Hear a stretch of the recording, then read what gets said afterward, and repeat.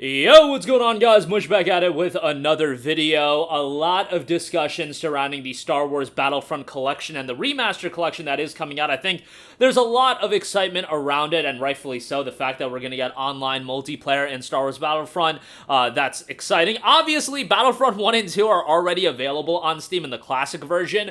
They're $9.99 a pop, so a little bit of pushback as far as the price is concerned, and a little bit of pushback on some other stuff that we'll cover in this video. Lots to talk about, and definitely there are people that are super excited for it, especially if you're buying the game on consoles. I think you're super excited for it because those games aren't readily available on consoles, but on PC, kind of a different ball game we're playing with. And let's just say Aspyr might be doing a little bit shoddy of a collection here as far as their effort goes. Is for a collection that's certainly going to generate a lot of revenue. It will be coming to PlayStation 4, PlayStation 5, Xbox One, Xbox Series, Nintendo Switch, as well as PC. They're running the gamut of all platforms, and Aspyr has been doing a lot of work as far as getting these classic collections and classic titles on new platforms. They ported Star Wars The Force Unleashed onto Nintendo Switch. They just did the Tomb Raider 1-3 Remastered HD collection, and now they're doing Star Wars Battlefront, a classic collection. They've got other things in the pipeline as well. And while I would say the majority of people are super excited about this, the fact that we got online 64-player multiplayer, we've got these games restored on new platforms because they're not playable on PlayStation 4 and 5 or Nintendo Switch or Xbox Series. Now you get all of these games, refinements, etc., on new platforms. However, there has been a little bit of pushback, and let's talk about the main things. There is the price point that is getting a little bit of pushback, which I don't have the craziest issue with. I'll talk about that more in a little bit, but I do want to particularly highlight something that a Reddit user pointed out on the PC gaming subreddit. Star Wars Battlefront Classic Collection Xbox DLC appears to be a stolen mod and not the original DLC. Now, the original DLC was released exclusively to the Xbox, and it never came out on PC, it never came out on other platforms, but there was a mod release that tried to replicate the DLC content into the PC version of the game. So, the user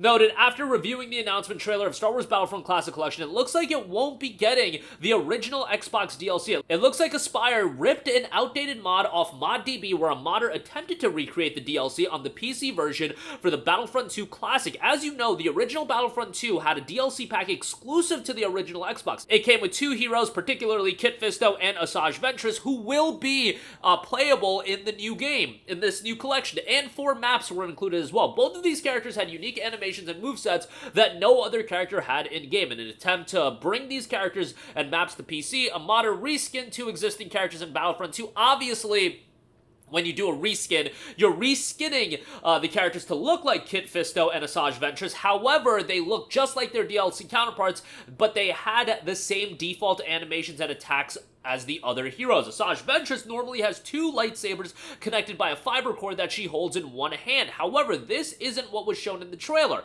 In the trailer, for about a second, you can see her holding 2 lightsabers in each hand, which matches the mod that is linked as well. Another clip of her holding her lightsabers in separate hands appears. This is how Asajj Ventress is supposed to look and play. It's all linked in the Reddit post. To make things worse, the mod that Aspyr is using to represent the original DLC is outdated. The original modder of this went on to update the mod and add in the original animations and movesets that Asajj Ventress and Kit Fisto have. I'd like to add that the original modder is aware of the situation and made a post on the Steam forums and is trying to contact the devs to use the updated version of the mod to at least make it believable that it resembles the DLC. So the modder is trying to get into contact, and the modder noted this on the Steam community page: if you're gonna use my mod, you can at least get the latest version. Hi, I am the author of the Xbox DLC content for PC mod for Battlefront 2. The trailer for this game shows Asajj wielding 2 lightsabers, something I did for my mod a few years ago due to complication with the animation. Same with Kit Fisto, who is clearly using the Mundus animations like in my mod. I fixed this recently so my heroes use the official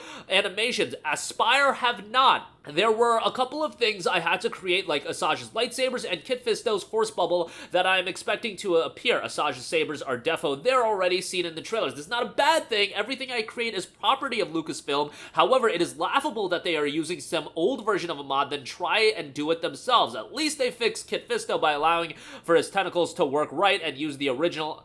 I will find out the truth when I data mine this pack. So Let's see if something is remedied as far as that's concerned. Now, obviously, this is all tying into the fact that you could deem this Battlefront Classic Collection to be a bit lazy, and it is priced at $35. $31.49 if you're a PlayStation Plus subscriber and you pre-order the game. I believe it's $31.49 on the Nintendo eShop, and I imagine once Steam pre-orders open up, it'll be $31.49 as long as you pre-order the game. I checked yesterday, and Steam pre-orders were not opened up, and, oh, they are opened up now, actually, as I'm recording this video. It is $31.51.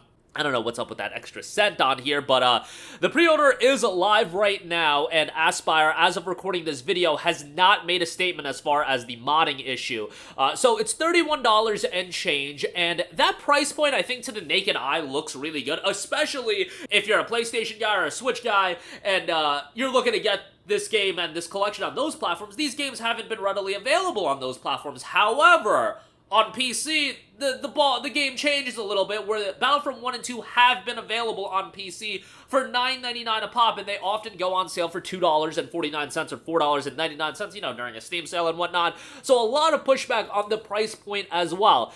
I don't have that much of a pushback on the price point. I get it that it's high. Don't get me wrong. I get it that it's high, but at the end of the day, like, they're going to make it a price point where people are going to buy it. And Battlefront 1 and 2, like, it would just be business malpractice if they priced it at, like, $20 for both collections. Like, you're just leaving money on the table. And I'm just saying this from a business standpoint. Do I agree that more effort should have been put into it if this modding thing and all that does come to fruition? Yeah.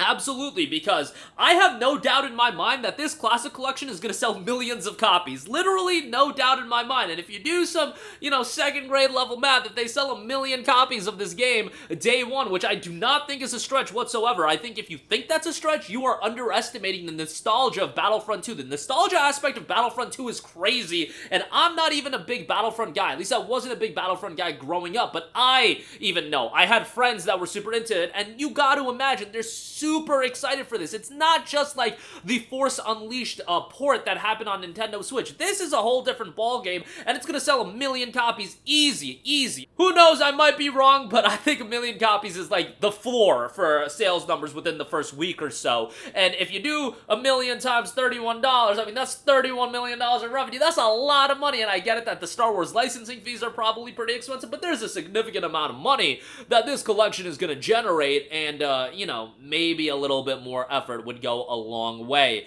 I foresee this Battlefront Classic Collection doing way better than, let's say, the Tomb Raider HD Remaster Collection that just came out from Aspire as well. I think this is going to be really big. Like, generally speaking, I have an okay idea of when games are going to be big. I kind of picked up on the fact that Helldivers 2 was going to be pretty big, you know, a week and a half before release, which this ain't rocket science. Anybody that follows metrics is going to be able to do it. I'm not special by any stretch of the imagination here, but what I'm saying is, I have a little bit of confidence that Battlefront Classic Collection is going to do well, and I think anybody that is a fan of Battlefront, they're like, yeah, this is going to do pretty well, especially if you're in that community. There's a lot of excitement in that community, and this is going to be another case where people are going to go online. I think not having cross-platform play is a huge misfire, by the way. That is a huge bummer. Like, I think that would have taken this to the next level, and we saw with Helldivers 2 having cross-platform play. That helped a lot, but, you know, what can you do? I still think it's going to do exceedingly well with online multiplayer, and to get those 64-player games going, man, this is going to be another one where as long as, you know, everything works right out the gate, word of mouth, I think, is going to be pretty strong with this one, and we're only a couple weeks away from release. I think it's going to do exceedingly well. I think it's going to do really well. It just probably could have used a little bit more effort into getting this collection out. At the end of the day, I think this is still going to sell incredibly well. I think people just want these games on modern platforms, and, you know, they could have slapped together it real quick, and it does seem like they're kind of doing that. I still think it's going to do remarkably well, and if at a fundamental level, the online play works and everything like that works, it's gonna knock it out of the park, and I think people are going to be pretty happy with it, but it being under fire is well deserved. That's going to do it for me, guys. As always, thanks for watching, and I want to get your guys' opinion on the Battlefront Remaster Collection. Are you going to pick it up? $31.50 is the price point on Steam right now. $31.51. You know, the price point I don't think is too crazy, and it would just be like business malpractice if they priced it any lower. Like, I truly do believe that. You know, I talk a lot about games being priced and how they should be priced, with Helldivers doing so well at a $40 price point, but there's also a point where you're just pricing it too low and you're leaving money on the table. Like, you need a healthy medium here, a happy medium, and I think Battlefront does have that happy medium for the price price point. As far as the port goes, or the collection version, that is a little bit questionable. But your thoughts down below. Thanks for watching. I'll catch you guys in the next one. Peace out. Hey, what's going on, guys? Mush here again. Hope you enjoyed the video. As you guys might know, YouTube's notification system is sometimes a little bit wonky, even if you're subscribed to the channel. Maybe you're not abundantly aware that I uploaded a video. To remedy that situation, make sure you hit the bell notification button. This way, whenever I upload a new video, and I try to upload as consistently as possible, you will be notified directly of the upload, and you can watch it as soon as it goes live. I would really appreciate if you guys hit that button so you can stay up to date with all of the content I'm posting. But as always, guys, thanks for watching, and I'll catch you guys in the next one. Peace out.